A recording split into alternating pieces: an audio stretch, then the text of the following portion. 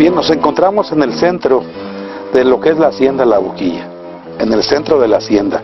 Una hacienda tan significativa para en aquella época para la zona media, y una de las primeras haciendas que hubo en aquella época. Si bien es cierto, esta hacienda tenía más de 15 habitaciones, ¿sí? 15 habitaciones para la gente que venía a visitar al señor Florencio Barragán. Sin embargo, esta hacienda cuenta con todas las comodidades del mundo en aquella época, ¿sí? Inclusive, si analizamos su ubicación, encontramos sitios estratégicos donde el señor Florencio que el señor Florencio Barragán, pues analizaba realmente que se hiciera lo que él quería que se hiciera. Era un hombre muy trabajador, desgraciadamente tuvo problemas de salud y muere muy joven, dejando huérfano a sus hijos, y al último nomás le queda una hija, que es la que se casa con los señores Verástegui, que más tarde esta propiedad para ser de los señores Verástegui, y de hecho me imagino que ya está donada a lo que es el ejido. El ejido de La Boquilla empieza la gestoría en la época de Plutarco Elías Calles, 1925-1929, para que se forme el ejido, y de alguna manera pues la gente del ejido empieza ahora sí a sentir cierto resentimiento de lo que fue don Florencio Barragán, los Verástegui en esa época, con la sociedad de aquí de la comunidad. Y así como se forma el ejido de La Boquilla. Es importante analizar que don Florencio Barragán es un hombre muy emprendedor y muy visionario.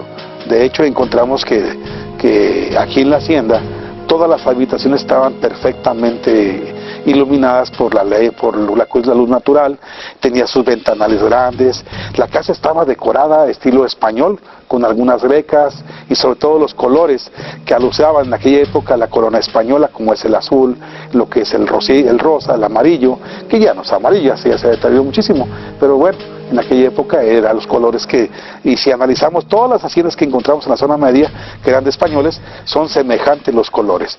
Toda esa pintura que encontramos alrededor de las paredes son pinturas vegetales, no son pinturas como hoy conocemos, que de alguna forma son de aceite o son acrílicos o cosas de esas. No, todo era vegetal, todo provenía de las plantas, y así es como se decoró. Inclusive encontramos abajo de esta decoración, encontramos más pinturas de los mismos colores, ¿sí? Tenía ojos de bueyes, que le llaman. Sí, los ojos de bueyes son respiraderos que tienen las paredes, que son muy gruesas.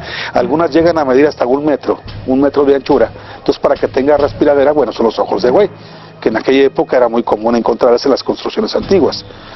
Don Florencio Barragán era muy devoto, tenía su propia capilla, una capilla que todavía está la han restaurado, pero se puede decir que están en buenas condiciones, y donde tenía una capacidad para almacenar, para dar, se puede decir, lo que es la santa palabra de Dios, o lo que es el clero, tenía para 150 feligreses. Eso era lo que cabía dentro de la capilla.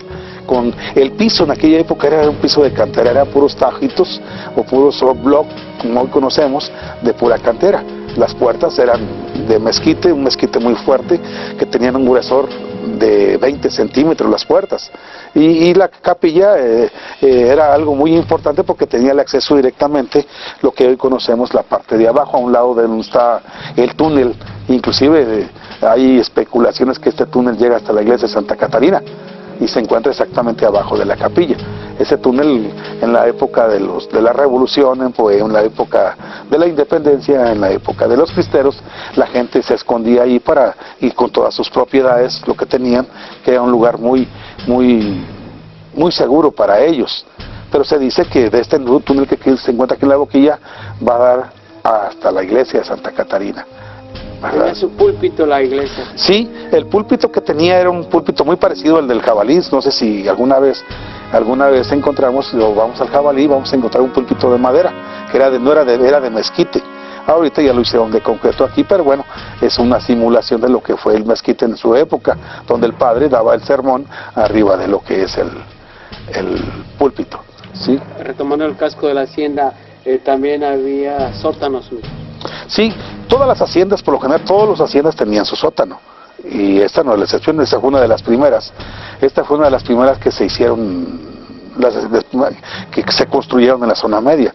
Don Florencio Barragán era un hombre muy especulativo, sobre todo muy trabajado, como habíamos dicho anteriormente, muy visionario. le gustaba las cosas y sobre todo pues aprovechando la bondad de la tierra, la bondad de la gente, la bondad de que los animales aquí se criaban casi solos. Bueno, pues don Florencio tenía muchísimo ganado vacuno, muchísimo ganado de que es equino, que son los caballos, y era un hombre muy próspero. De hecho, aquí en la hacienda de La Boquilla, ahora se puede decir el ganado equino, se especula que se llegaba a exportar hasta España. Las mejores crianzas de ganado estaban aquí en La Boquilla, en la parte posterior de la hacienda, y hay unas caballerizas grandes donde se alimentaba el ganado equino, e inclusive muchos de ellos vivían el ganado vivía en lo que es en la pradera, ¿verdad? Lo que es en el llano, que hoy conocemos. Y don Florencio Barragán, bueno, pues también tenía su propio, ahora sí, sus tierras de cultivo. Platicábamos que tenía más de 240 hectáreas de riego, gracias a la presa que él construyó, o que se mandó construir. Tenía sus trojes, una troje que está estratégicamente ubicada en la punta de un cerro, ¿sí? Y todo está elaborado, inclusive la hacienda, todo está construido a base de piedra de la región y estuco, y todavía podemos encontrar el estuco de aquella época pegado a las paredes de la hacienda, ¿sí? Y sin embargo, la sala, a mí me llama la atención mucho la sala de don Florencio, que es una sala larga, ¿me entiende? Que mide aproximadamente unos 30 metros de pura sala, donde hacía fiestas, donde hacía comilonas, por ejemplo, comidas para las gentes que venían de España, y aquí era un lugar estratégico. Inclusive el viento, el clima en esta parte de la hacienda es un poquito más bondadoso que el de Río Verde. Aquí el viento es más frío, aquí la vegetación es más húmeda, y encontramos ciertas características un poco diferentes a lo que es el Río Verde, ¿sí? Las vigas para los techos también de aquí mismo se hacía de la material de la región. Sí, yo creo que la parte de la construcción de lo que es la parte del techo, inclusive todo lo que es el techo de la hacienda, está hecho como parecido a una bóveda de lo que es un cuarto de punto, ¿sí? Un cuarto de punto quiere decir que no estaban completamente rectas, sino que tenían una curva, y lo podemos observar por los tipos de arcos que encontrábamos en el patio central. Ya desgraciadamente no encontramos ningún techo, porque ya todo lo derrumbaron, pero estaba construido. Esto era una hacienda para que durara no 100 años ni 200 años, podemos hablar de 500, 600 años, porque es un tipo de las construcciones que estaban hechas con toda la mano, y sobre todo que venían gentes especialistas en construcción españoles a construir las haciendas. E inclusive los capataces eran criollos de hijos de españoles que se encargaban de lo que es la administración de la hacienda. Don Florencio Barragán era un hombre muy próspero, realmente él siempre buscaba la forma de que tuviera ganancias, y como él tenía que pagar cierto tributo a lo que es la corona española, pues entre más ganancias tuviera, pues la corona le iba mucho mejor. Y no estamos hablando de 200 o 300, estamos hablando de cientos de hectáreas que estaba a su cargo de don Florencio. Por eso le decían el rey chiquito, porque inclusive algunos le llegaron a denominar el rey Midas. ¿Por qué? Porque todo lo que tomaba lo agarraba, lo convertía en oro o en ganancias. Así era don Florencio Barragán. Desde tuvo puras hijas, y las hijas realmente fallecieron antes vamos a hablar de disfrutar su riqueza. Más que una hija adoptiva fue la que se quedó con todo esto, que más tarde se casa con uno de los Verástegui, y es la que de alguna forma se queda con todo lo que hoy conocemos como el Jabalí, San Diego, San José del Tapanco, La Boquilla, y era parte de la encomienda de don Florencio Barragán.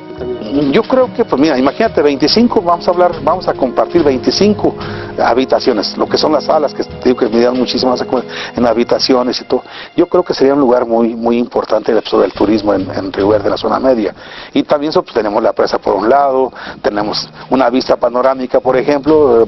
Aquí puedes observar el ocaso del sol, puedes hablar el amanecer, ver aquí el amanecer, puedes sentir, pues realmente un lugar con cierta armonía y sobre todo tranquilidad, donde aquí no habría conflictos de nada. Creo que si esto se restaurara, que sería muy costoso, y ojalá que alguien tenga esa visión de reconstruir esta hacienda para que se convierta en un lugar turístico, ¿sí?